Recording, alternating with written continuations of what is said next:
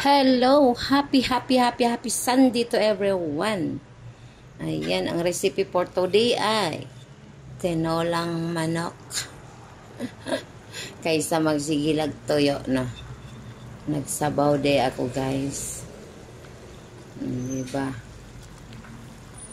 Ang tanghalian to, guys. Nilagyan ko siya ng sayote at malunggay. Puti na lang. May palunggay sa kapitbahay. Ayan. Lutong-luto na tong manok natin, guys. Saka ang sayote natin, sobrang lambot na. Kayang-kaya to sa mga walang ipin. Ditso na lang lulok. Wala nang nguya-nguya. Huwag naman lulukin ditso yung manok ha, kasi may buto yan. Ang malunggay, ang sayote ang ibig ko sabihin.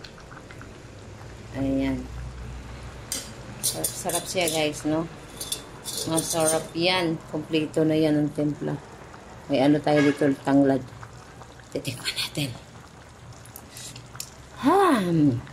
Ang sarap. Sarap kayo siya, guys. Sobra. Oops.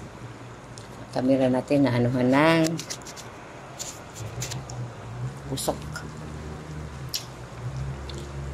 Kumusta ba yung linggo nyo dyan? Yung mga nakapagsimba, yun. God bless sa inyong lahat.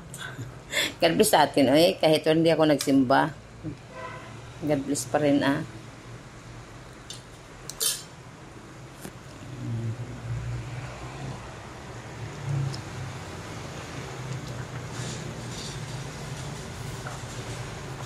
At saka mag-init ako ng rellenong bangus. Initin ko lang to sa microwave. Dito na siya dito. Ayan. Luto ng malunggay natin, ah. Tapos ko nalata na. Ayan. Thank you for watching.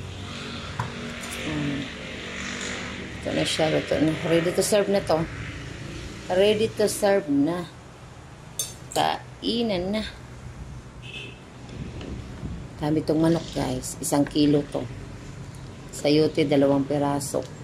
Malunggay natin kadami-dami. Di na halos makita. No?